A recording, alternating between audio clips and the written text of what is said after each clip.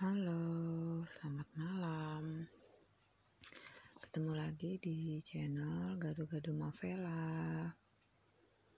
Gimana kabarnya kalian hari ini?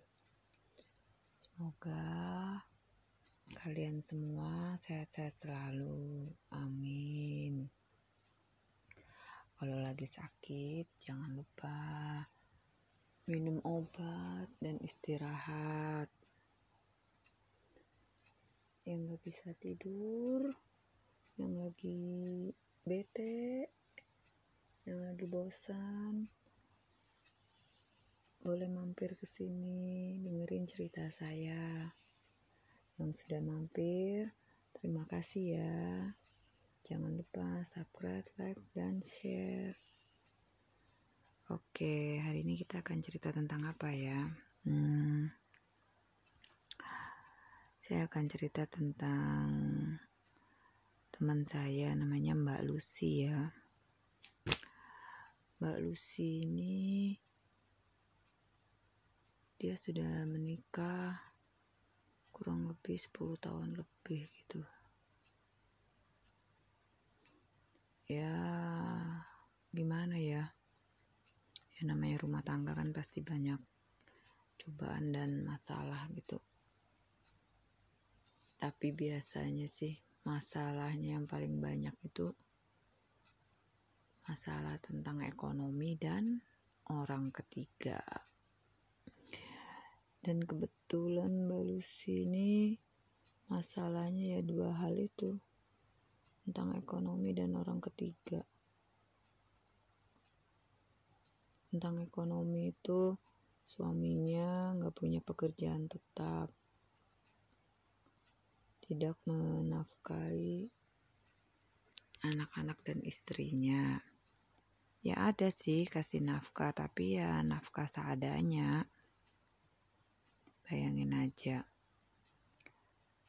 anaknya 2, masih kecil-kecil ya, masih sekolah gitu, SD. Kadang Mbak Lucy cuma dikasih uang belanja 50.000 sampai 100.000 untuk 1 minggu.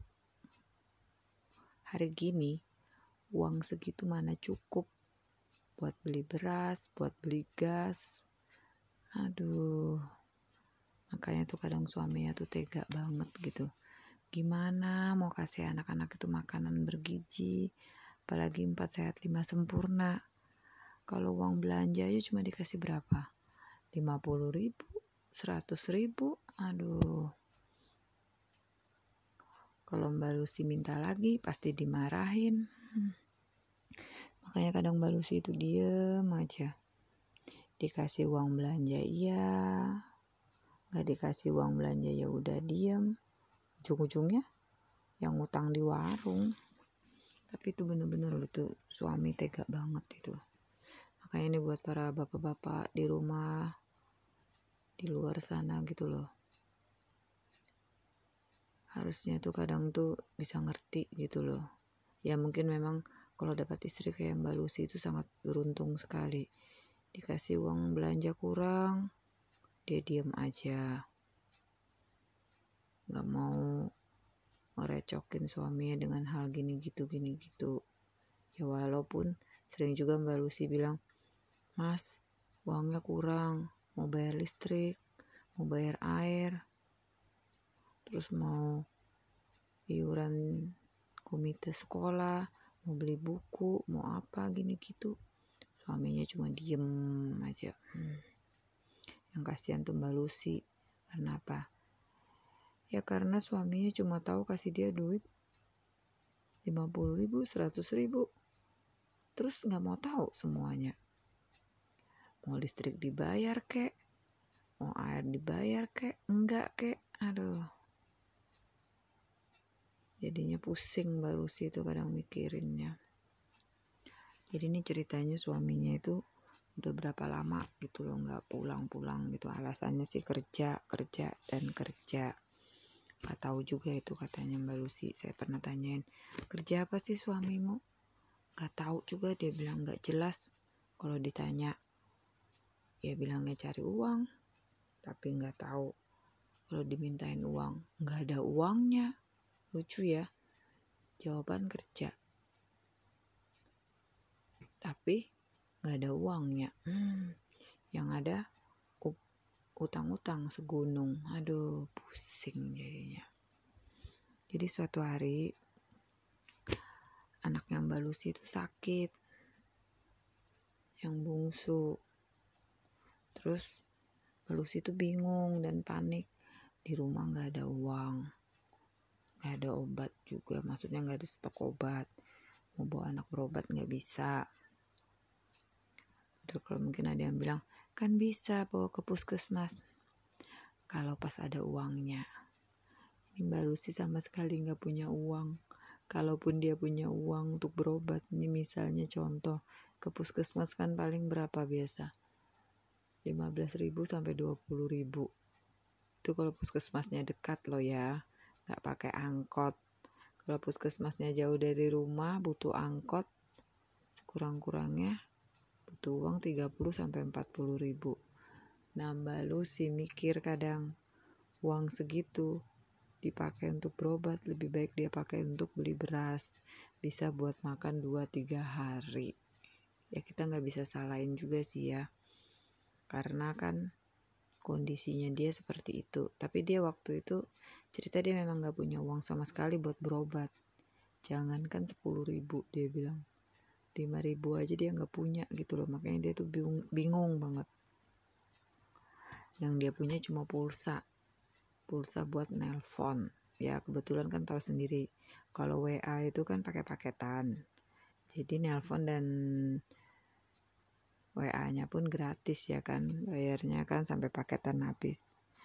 Terus jadi ceritanya suatu hari itu Mbak Lucy anaknya sakit parah, demamnya tinggi gitu kan. Dia dia minta anaknya yang sulung untuk ngubungin bapaknya gitu loh, ngasih tahu kalau ini si bungsu sakit gitu loh. Bapaknya suruh pulang, sekalian suruh bawa uang mau berobat gitu ya kan. Tapi kok ditunggu-tunggu dari pagi sampai siang gak ada kabar beritanya. Kayak Mbak Lucy nanya, "Kak, Papa belum ada kabarnya juga. Udah kamu bilang kalau adik demam tinggi?" Tanya Mbak Lucy sama anaknya gitu kan. "Belum ada, Ma. Padahal aku udah telepon dan Papa belasan kali. Tapi gak ada jawaban juga," jawab anaknya sambil nangis-nangis itu di depannya Mbak Lucy bilangnya. Kasian banget gitu loh. Makanya ini bapaknya aneh juga loh. Di WA gak dibales, di telepon gak diangkat. Padahal katanya jelas tulisan di atasnya online. Aduh, tega banget ya, udah dikasih tahu anak sakit apa segala. Gak ada gimana ya, gak punya rasa pri kemanusiaan, pri kebapaan gitu loh ya kan. Harusnya kan ya tahu anak sakit gitu loh, apalagi demam. Demam itu kan kita nggak bisa ngeremehin demam loh. Demam itu juga berbahaya loh. Karena kebetulan ada teman saya yang lain gitu, anaknya demam tinggi gitu. Dia terlambat bawa ke dokter. Ya itu sudah gara-gara nunggu suaminya pulang. Karena dia nggak bisa bawa sendiri ke dokter kan, jauh gitu dari tempat tinggalnya. Jadi nunggu suaminya pulang. Keburu demamnya terlalu tinggi dan parah. Begitu dibawa ke dokter, kata dokter sudah terlambat. Maksudnya sudah terlambat itu demamnya itu nggak tahu, mungkin antara panasnya atau apanya itu udah nyerang otaknya gitu loh. Jadi bilangnya dokter, ini kalau demamnya reda dia selamat gitu kan dari masa kritisnya itu, paling banter anaknya itu akan jadi agak-agak kurang gitu loh. Maksudnya ya nggak tahu, mungkin maksudnya otaknya gitu kan, sarafnya entah ada yang putus atau apa, kena kepanasan gitu kan, kena demam, mungkin agak kurang pintar gitu, keahliannya kurang ke apa gitu, nggak ngerti juga saya gitu loh. Tapi ya itu sih, itu gara-gara demam. Makanya demam itu kan bahaya banget gitu loh, karena kan kalau nggak salah demam itu kan awal dari segala macam penyakit kan. Lah kita demam karena apa ya? Karena di tubuh kita kan ada virus, ada bakteri gitu loh. Makanya cara ngatasinnya kan ya jadinya demam gitu ya kan. Jadi Mbak Lucy ini nunggu-nunggu mana ini loh suaminya nggak pulang-pulang gitu loh. Sedangkan anaknya sakit gitu loh. Jadi kasihan banget. Telepon di WA nggak bisa gitu loh. Akhirnya Mbak Lucy itu minta bantuan, dia cari temannya gitu kan, minta bantuan untuk nemenin dia ke dokter gitu loh, bawa anaknya ke dokter gitu loh. Untung aja ada teman yang mau bantuin ya kan, jadinya akhirnya anaknya itu bisa dibawa berobat gitu, dan untung saja anaknya itu nggak apa-apa gitu loh ya kan.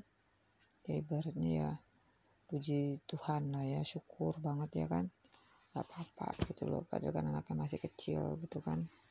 Sedangkan si suami ada beritanya tetap cuek-cuek bebek ya, ada sih katanya setelah beberapa hari kemudian baru ada pulang kasih uang, itu pun juga ya segitu-gitu lagi, antara 50, 100, 200, gak pernah lebih-lebih gitu loh. Padahal tahu sendiri berapa kebutuhan hidup yang normal gitu ya kan, untuk makan aja gitu loh, masih segitu. Kadang-kadang tuh dipikir aduh ini orang waras apa tidak gitu loh ya kan. Tapi ya sudahlah bilangnya Mbak Lucy, dia tuh karena demi anak-anak aja dia tuh malas ribut, karena kan gak enak gitu loh kalau ribut, gak enak sama tetangga, gak enak sama anaknya juga, maksudnya kan anaknya akan lihat orang tuanya ribut nanti gimana gitu loh perasaan anak-anaknya gitu loh ya kan, ke orang tuanya ribut. Karena kan kebetulan Mbak Lucy ini kan dulunya orang tuanya juga sering ribut gitu loh waktu dia kecil, sampai dia gede tuh mama papanya tuh sering kelahi di depannya dia gitu loh. Jadinya tuh dia ngerasa aduh, ngeliat orang tuanya kelahi gitu rasanya tuh stres gitu loh. Makanya dia gak pengen kelahi di depan anak-anaknya gitu loh. Jadi biar gimana pun dia berusaha diem aja gitu loh, biar suaminya gimana-gimana dia diem aja gitu loh. Ya mungkin kalau orang lihat sih ya, kalau kayak saya aja lihat aduh kok bodoh banget gitu loh, harusnya dimaki-maki kayak suami kayak gitu ya kan. Loh soalnya kan bukannya apa, kan tanggung jawab seorang suami itu menafkahi istri dan anak-anaknya. Memang kan benar, ada juga kadang kan suami yang kerjaannya gajinya gak seberapa, gak cukup untuk biaya hidup. Nah itu kan beda lagi ceritanya kan, kita bisa lihat oh memang dia sudah kerja pagi, siang, sore, malam, dapatnya cuma segini, cukupnya cuma segini. Ya udah kita kan gak bisa memaksakan mau gimana gitu loh. Tapi kan kadang ada juga suami-suami yang gak jelas, yang di luaran bisa ibaratnya bisa ngopi-ngopi di kafe, bisa jalan-jalan sama temennya, bisa hahaha, bisa telepon sana, telepon sini, di luaran gitu yang kelihatannya happy-happy, tapi di rumah anak istri gak dipikirin, mau makan kek, mau enggak kek, dicuekin aja. Nah itu yang gak bener kayak gitu tuh kan. Kadang saya suka gemes gitu, suka aduh jengkel banget lihat kayak gitu loh. Rasanya pengen gimana ya, pengen di demo tuh suami-suami yang kayak gitu tuh ya kan. Betul tidak? Rasanya perlu kita mengadakan perkumpulan para emak-emak yang ditindas sama suaminya, yang diperlakukan tidak adil ya kan. Loh iya kan, kadang-kadang suami-suami itu juga gimana, kalau kita masaknya kurang enak dia protes, katanya istrinya sih itu masaknya enak.